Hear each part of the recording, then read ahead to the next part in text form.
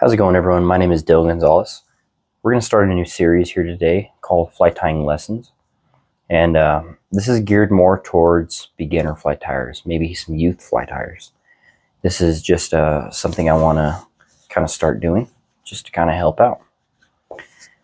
If you're an experienced tyer and you've come across this, well, obviously thank you for watching. If there's something I missed, please do me a favor and leave it in the comment section so other people can see it. As well as while you're there, if there's any comments or questions I may not have had a chance to get to just yet, please do me a favor and answer those. I would love this to be kind of a community thing into helping new fly tyers get into our sport. So let's kind of start out simple here, and forgive my drawings. We're going to start off with the anatomy.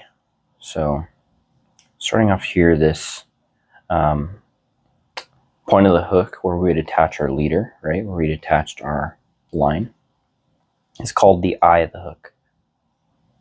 So you'll typically see this in videos where people are talking about not crowding the eye or starting the thread behind the eye. They're referring to that section at the very front. We'll go ahead and advance forward. This section right here is called the shank.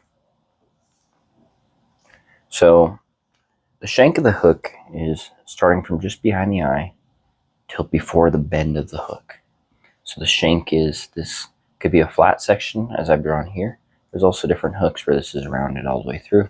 The shank is just kind of the standard for where we'd start our thread and where the bend of the hook would start.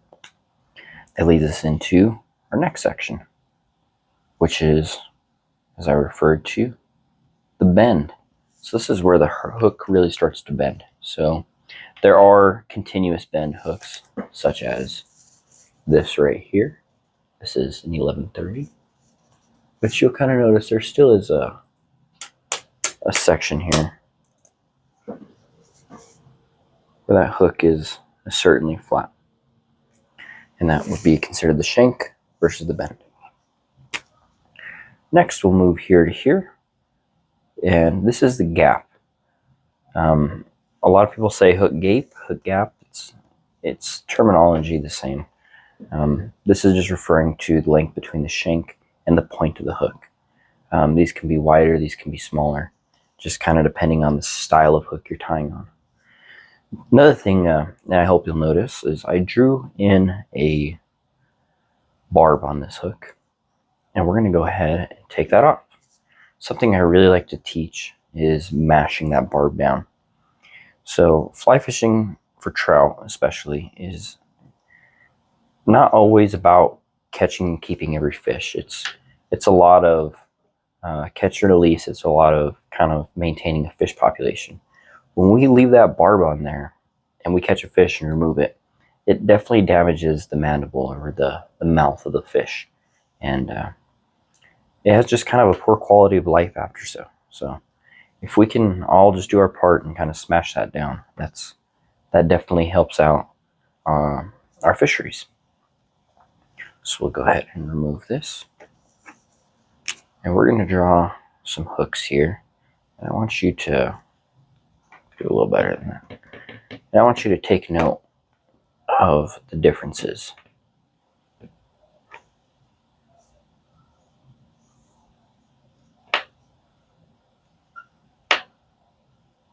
Once again, forgive my artistry.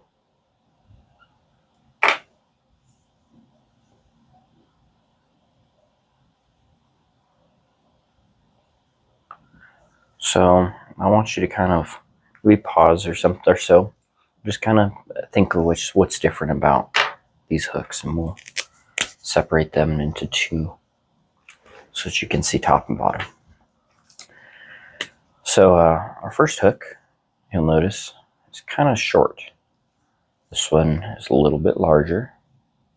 This one, of course, is largest. So this is kind of how we categorize hooks, and this is talking about the shank. So this is what we call a 1X, a 2X, and a 3X long shank. So perfect example of that is something like this. You can see this is a 4x long shank, which is talking about how long this hook is. So, you know, as we tie different patterns and we're looking for different hooks, this becomes a factor, right? So our next section down here, we're also going to label these 1x, 2x, 3x. And what I want you to get from my imagery here is the thickness. So hooks are also categorized not only by the length, but by the thickness. And a perfect example of that is this 2488, which of course is the hook, right? And you'll see it says on here 2x short, 2x heavy. So it's talking about a shorter hook, right, at 2x, but also a strong hook. And that's basically the anatomy of how we categorize this. Another thing I kind of want to throw in here, and we'll maybe erase this bottom section, is hook sizing. So I'm going to give you a few numbers here. We'll say 20, 10, 8, and 2. So in your opinion, what size do you think is the biggest? And typically a lot of people say 20, right? It's the bigger number. Yet in hooks, it's actually the smaller number that's bigger. So in this case, this would be larger, and this would be smaller. Hooks come in all kinds of different sizes, shapes, and whatnot. And you know, we do get smaller than 20, and we do get larger than 2. But understanding that the smaller the number, the bigger the hook is very important when we talk about fly tying. Talk about hooks, sorry. So we'll kind of erase this all together. So I want to talk about a really good brand, and this is Tyer, and this is a really good hook to tie flies on. So you'll notice here at the bottom, it kind of gives you some uses. So if you're maybe you found a pattern online, or you're tying for a specific river, and you want to know what patterns or what you can tie on, Tyer actually gives you kind of some options here as to what this hook is used for. Now, of course, as you advance more in tying, that kind of stays relevant, but your imagination can go far beyond that. So, you know, you could tie just about anything on every hook, and I encourage you to do so. You know, experiment. This is fly tying is an amazing thing, and the more you do it, I think the more you'll really like it. So I hope this video kind of started you off on the right path.